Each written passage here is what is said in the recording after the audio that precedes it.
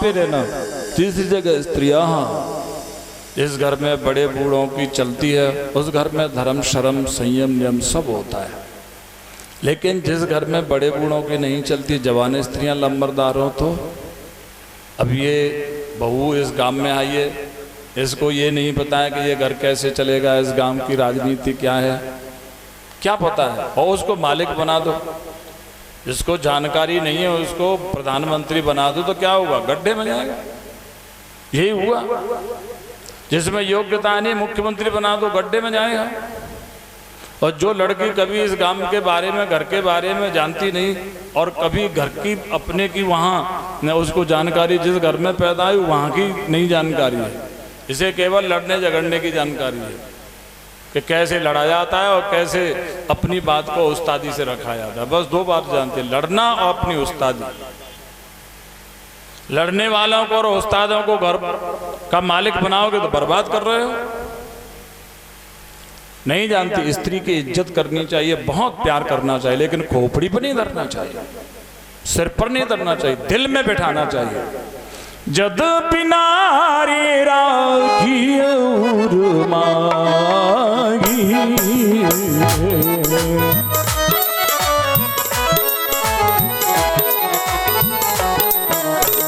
जदपि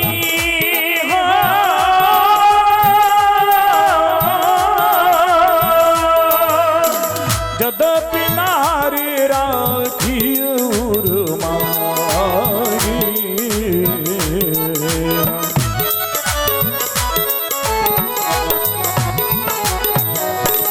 युवती नपत शास्त्र वशनाई,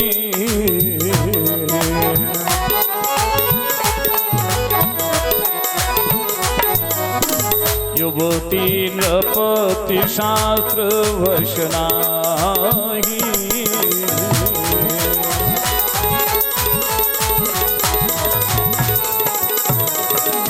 पति पत्नी का रिश्ता प्यार का रिश्ता होता है, और प्यार जिस किसी से भी दिल में ही तो रखा जाता है कि उसको दिखाया जाता है दुनिया में।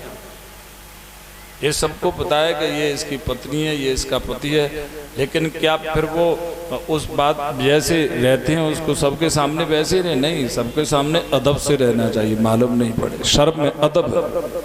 ऐसी पत्नी को आप प्यार करते हैं दिल में रखिए, उसको दुनिया को मत दिखाए कि मेरी बीवी है, घर की मालकिन है। घर वाली तो है ही, लेकिन दिखा क्यों रहे हो? दिखाओ तो माँ को और बाप को, बड़े भाई को, वो घर के मालिक है। तो हे राजन, जिस घर में परीक्षित कहते हैं कि जिस घर में बड़े बूढ़ों की लंबरदारी नहीं हो, बड़े बूढ़े छोड़ दिए गए हों, बड़े बूढ़ों की इज्जत ही खत्म हो गई हो, जिस घर में स्त्रियां मालिक होती हैं वहां लोफर और चरित्रहीन लोगों का अड्डा होता है वो घर, और उस घर में धर्म और शर्म और चरित्र खत्म हो जाता है। देखे न सके पराई विभूति,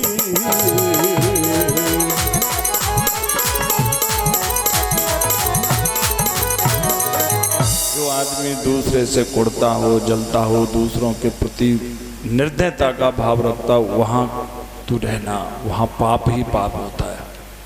उसने कहा महाराज 4 जगह तो आपने मर्जी से दे दिए हैं, प्लीज एक हमारे कहने से और दे दीजिए, आप तो राजा लोग हैं।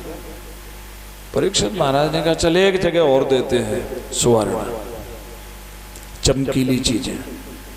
सुवर्ण मन को अच्छी लगने वाली, जिस चीज पे मन होता है वहां कलेश हो ही जाता है, और सबका मन जवानी पे होता है, से ढक दिया।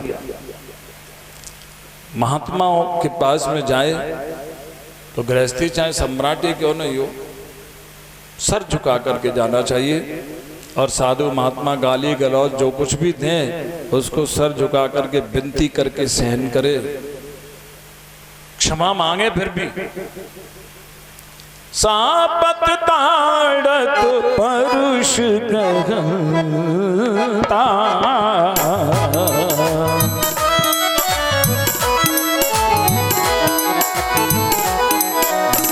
सापत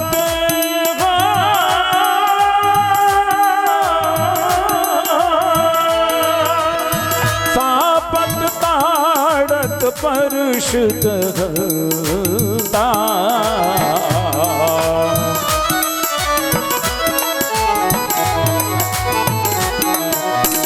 वे प्रपूज असुनाभ संता।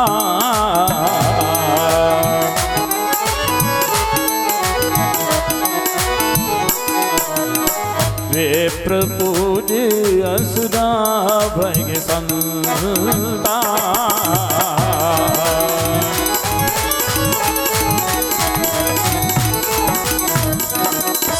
संत की जाति पाति रिश्ता नाता झोंपड़ी मकान दुकान गाड़ी घोड़ा नहीं देखना चाहिए। संत संत है। बिना मतलब के श्राप दे तब भी क्षमा मांगे, विनती करे, चरण पकड़े। बिना मतलब डंडे मारे ताड़त, फिर भी विनती करे, चरण पकड़े, क्षमा मांगे। और अपशब्द बोले बिना मतलब, फिर भी विनती करे, क्षमा मांगे, चरण पकड़े। इतनी तमीज हो तो साधु के पास में जाए। साधु के रिश्ता नाता उम्र ये गंवारपना है। रिश्ते तो शरीर के होते हैं, साधु शरीर से नहीं होते, साधना से होता है। इसलिए साधु से रिश्ते नातेदारी के हिसाब से न बोले और न जाए। साधु के भाव से जाए, नहीं तो बुरा होगा, गलत होगा। परीक्षित महाराज ने कहा कि इस महात्मा ने तो हमारा सम्मान ही नहीं किया। अपने अहंकार में, अपने मुकुट के में, राजपाट के में, जाति पाति अंश वंश कुल खानदान घर परिवार के में ऐंठ में आकर और अपमानजनक व्यवहार, उनके गले में मरा हुआ सांप लटका दिया 100 लाख। चलिए, तो यहां उनका जो पुत्र था श्रृंगी 5 साल का बच्चा था। उन्होंने देखा अपने पिता का अपमान बर्दाश्त नहीं हुआ। कौशिकी नदी का जल हाथ में लेकर क्रोध पूर्वक श्राप दिया कि जिसने मेरे पिता का अपमान किया, सांप लटकाकर 7 दिन के अंदर तक्षक के डसने से मृत्यु को वरण करेगा। शमी की समाधि टूटी, बात मालूम पड़ी, बच्चे को बहुत डांटा, लेकिन अब क्या होता। उन्होंने फिर अपने शिष्यों को भेज दिया परीक्षित महाराज को खबर करने के लिए। परीक्षित महाराज ने जब सुना तो उनको दुख नहीं हुआ। उन्होंने सोचा कि ठीक बात है, 7 दिन के अंदर तक्षक खाएगा। तक्षक माने मौत। यही 7 बार हैं, सोमवार, मंगलवार, बुधवार, बृहस्पतिवार, शुक्रवार और शनिवार और रविवार। एक ही बार तो जन्म हुआ है, 7 बार मरने के हैं। न ये मुकुट बचाएगा, न जाति पाति रिश्ता नाता हाथी घोड़ा खजाने फौज पलटन तोप बारूद कुछ नहीं बचाएगी।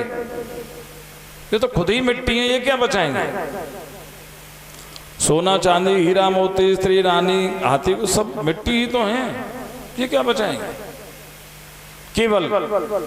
केवल मेरे बचाने वाले तो मेरे प्रभु हैं, वो मैंने कभी उनको स्मरण नहीं किया। इसलिए ये सारी चीजें जो दिख रही हैं मिट्टी हैं, साथी नहीं है, धोखा है। अच्छा समझाया, सब ब्राह्मणों को बुला करके त्याग दिया उन्होंने। अपने बड़े पुत्र जन्मेजय को राजर्षि बनाया, खुद जटा को खोलकर। पहले जो लोग होते थे बाल नहीं काटते थे, दाढ़ी नहीं काटते थे, उनको हमेशा रखते, इसको खालसा कहते, खालिस। जैसे आए वैसे ही रहते। और जब जरूरत होती थी तब गृहस्थ में रहते थे बांध करके। जब जरूरत हुई घर को छोड़ा। दाढ़ी और जटा तो है ही, संयम साधना करते ही थे। गृहस्थ में रह करके भी पूरी साधना करते थे। ये जो सिख हैं इनको देखो, सिखों के गुरु गृहस्थी थे, सब संत हुए। ये जो मोहम्मद साहब थे, जितने भी इस्लाम में पीर हुए, फकीर हुए, पैगंबर हुए, सब गृहस्थी लोग थे। गृहस्थ में रहते हुए वो भगवान की भक्ति करते थे। मोहम्मद साहब ने अल्लाह को खुद अनुभव किया उस मस्जिद में, मक्का मदीने में, गुफा में।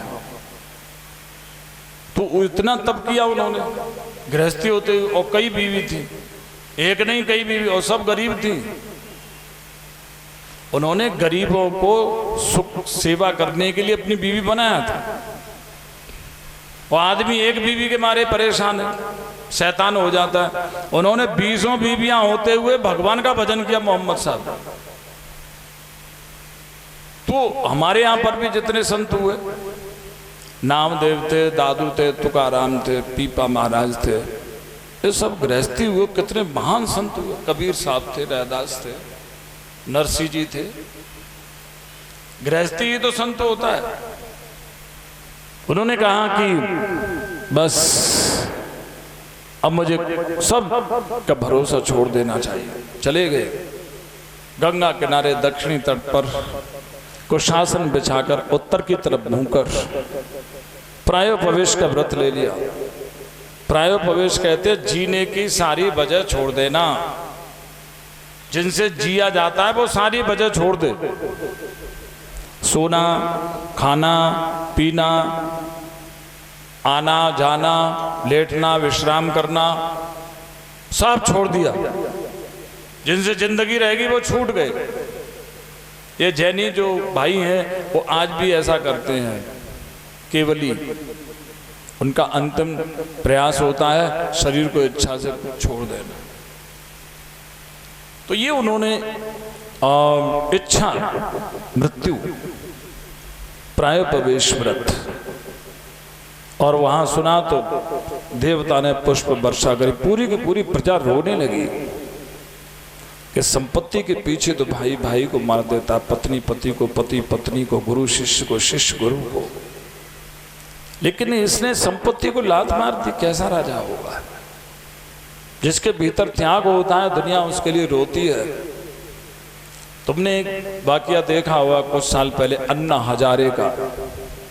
अन्ना बहुत छोटा सा आदमी है, मिलिट्री का वैसा छोटा सा आदमी, रिटायर, मकान नहीं, दुकान नहीं, बीवी बच्चे कुछ नहीं, शकल भी नहीं, लंबा चौड़ा भी नहीं, हैंडसम भी नहीं, रंग रूप भी नहीं, पैसे भी नहीं, जमीन जायदाद में कुछ नहीं है, लेकिन उसके पास त्याग है। इसलिए पूरी हिंदुस्तान की सरकारें हिल गई, केंद्र की सरकारें हिल गई और स्टेट की सरकारें हिल गई, सबके सब मंत्री कांप गए। अब पाकिस्तान तक आगाज हो गई। पाकिस्तान भी कह रहा था अगर अन्ना यहाँ आ जाए तो पाकिस्तान के लोग उसके साथ में रहेंगे और इस भ्रष्ट सरकार के खिलाफ में एक बहुत बड़ा आंदोलन कर सकते हैं, पाकिस्तान तक से। लेकिन एक आदमी अन्ना को खा गया,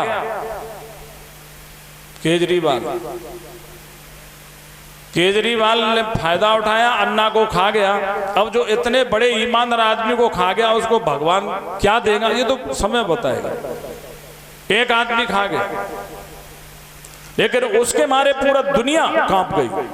हरे रामा रामा रामा रामा हरे हरे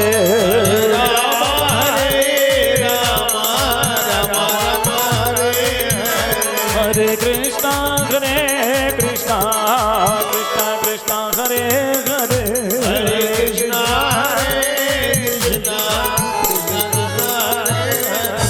दौड़ पड़े दर्शन के लिए। 88,000 ऋषि मुनियों की भीड़ इकट्ठी हो गई। परीक्षित महाराज ने सबके चरणों में दंडवत प्रणाम किया और निवेदन किया कि महाराज छत्री का जीवन तो मार काट अपराध का होता है। मनुष्य का जन्म होता है दूसरे की इज्जत करने के लिए, लेकिन राजा तो अपने अहंकार में रहता है और मजबूरी है। राजा अगर अहंकार में नहीं रहे तो फिर राजकाज कैसे चलेगा? बच्चा बिगड़ेगा नहीं। और जो माँ अपने बच्चे को डांटने ही नहीं देती है वो बच्चा कभी इंसान बन नहीं सकता। आजकल ऐसी ही मम्मी पापा हो गए। पहले घर परिवार जुड़ते थे, बच्चे को डांटते थे। पहले समाज जुड़ा हुआ था। इस मोहल्ले का लड़का कोई गलत काम करे उस मोहल्ले का डांट सकता था, और फिर कोई बच्चा डर के मारे नहीं घर कहता, कहते कि बड़े बूढ़े ने डांटा, घर के और डांटे कि तेने कोई गलत किया होगा। इस गांव का बच्चा गलती करे उस गांव का डांट सकता था। इसलिए पहले समाज था, माँ बाप थे, बच्चे की पक्ष कभी नहीं ले। बच्चे की पक्ष लेता वो मूर्ख होता है। बच्चे की छूट करते कि गलत करे तो कोई भी डांटे, और जो बच्चे को डांटने ही नहीं देती है मम्मी, मम्मी नहीं है वो जानवर है। जैसे भैंस के पट्टे को कोई कुछ समझा तो सींग मारेगी, पूंछ मारेगी, लात मारेगी। जानवर ही तो, ढोर ही तो है, भैंस ही तो है। ऐसे जो मम्मी अपने बच्चे को चाटती है, लाड़ करती है, वो जानवर है, ढोर है। जानवर पैदा कर रही है, इंसान को मार दिया उसने। हिरण्याक्ष, क्योंकि बच्चे हिरण्य चमकीली चीजों की तरफ भागते हैं। चाहे छोटा बच्चा हो, चाहे जवान बच्चा हो, सब चमकीली चीजों के पीछे भागते हैं। और चमकीली चीजें नहीं मिलते तो अपने चरित्र की, बुद्धि की चमक को बर्बाद कर देते हैं। जो चरित्र की चमक थी जवानी में लुट गई, जो बुद्धि की चमक थी जवानी में लुट गई, जो सामाजिकता की, नैतिकता की, शर्म थी, चमक थी, खत्म हो गई। अब क्या है? ठन ठन पाल मदन गोपाल, कुछ नहीं, सब खत्म हो गया। जैसे दूध में से क्रीम निकाल लो तो क्या है? छाछ भी नहीं है। हरे रामा हरे रामा, रामा रामा हरे हरे, रामा हरे रामा, रामा रामा हरे हरे, हरे कृष्णा कृष्णा कृष्णा हरे हरे,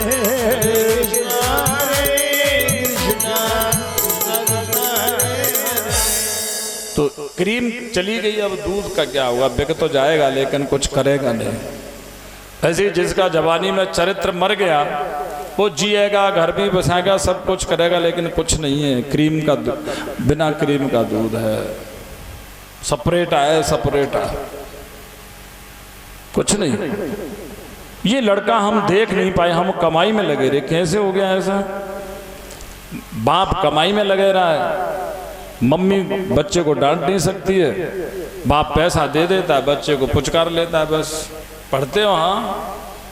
अरे माँ बाप को बच्चों पे पूरा ध्यान रखना चाहिए, और पापा को पूरा ध्यान रखना चाहिए, क्योंकि मम्मी तो अक्सर कर लूज होती है। पापा को टाइट होना चाहिए, अपनी बीवी के ऊपर विश्वास नहीं करे, बच्चे पर पूरा ध्यान रखे। पढ़ने जाता है, ठीक है, पढ़ता है कि नहीं पढ़ता है, मास्टर से पूरी उसकी रीडिंग ले, बच्चों को देखे कैसे लड़कों से बैठता है, कैसे लड़कों से प्यार है इसका। पढ़ने वाले अच्छे बच्चों में बैठता है तो कहीं तक संतोषजनक है, और बाइयात लड़कों में बैठता है तो पूरा सीरियस केस है। ये सारी रीडिंग करे, हर हफ्ते, हर महीने, हर रोज, चाहे बंबई रहे लेकिन वहीं से ध्यान रखे। जैसे कछुआ पोखर में रहता है, अंडे उसके किनारे पे रहते हैं, और कछुआ पोखर के बीच में से किनारे के अंडों को नजर से गर्म कर लेता, पका लेता है। ऐसे ही माँ बाप चाहे रहता हो बंबई हॉलैंड में, और बच्चा रहते हिंदुस्तान में, लेकिन यहाँ पर बच्चों पर निगाह रखे, ध्यान रखे। बच्चे समझे कि हमारे पापा सारी रीडिंग रखते हैं, इतना भय हो बच्चों को, तो संभावना है कि बच्चे नहीं बिगड़ेंगे आपके, लेकिन आपको पता ही नहीं। बच्चे पढ़ने में होशियार हो सकते हैं, क्योंकि चरित्रहीन पढ़ने में होशियार भी होते। रावण कुकर्मी था लेकिन बहुत बड़ा विद्वान था। तो जरूरी नहीं है कि आपके लड़के पढ़ने में होशियार है तो चरित्रवान भी है। अक्सर कर पढ़ने वाले चरित्रवान और सामाजिक नहीं होते। अगर पढ़ने लिखने वाले आदमी चरित्रवान सामाजिक हों तो देश में भ्रष्टाचार 1 मिनट नहीं रहेगा। तो जितने भी IAS PCS हैं ये अक्सर करप्ट होते हैं सब तरह से। हरे रामा रामा रामा हरे हरे,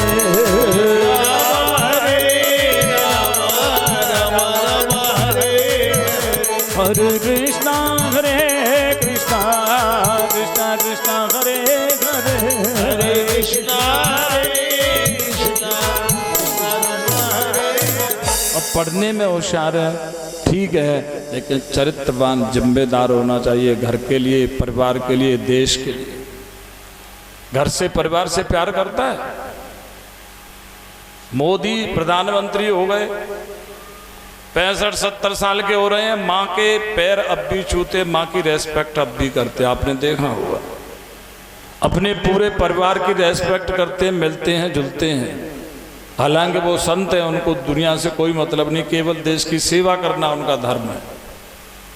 फिर भी माँ और भाइयों के प्रति जो घर के प्रति जिम्मेदारी होती है, घर के सदस्य भी तो हैं, अगर उसको करते हैं तो आप देश के लिए कुछ कर लेंगे। और जब आप कमाने लायक हुए, माँ छोड़ दी, बाप छोड़ दिया, भाई छोड़ दिए, परिवार छोड़ दिया, गांव छोड़ दिया, तो तुम क्या देश के लिए करोगे? लूटोगे, बर्बाद करोगे।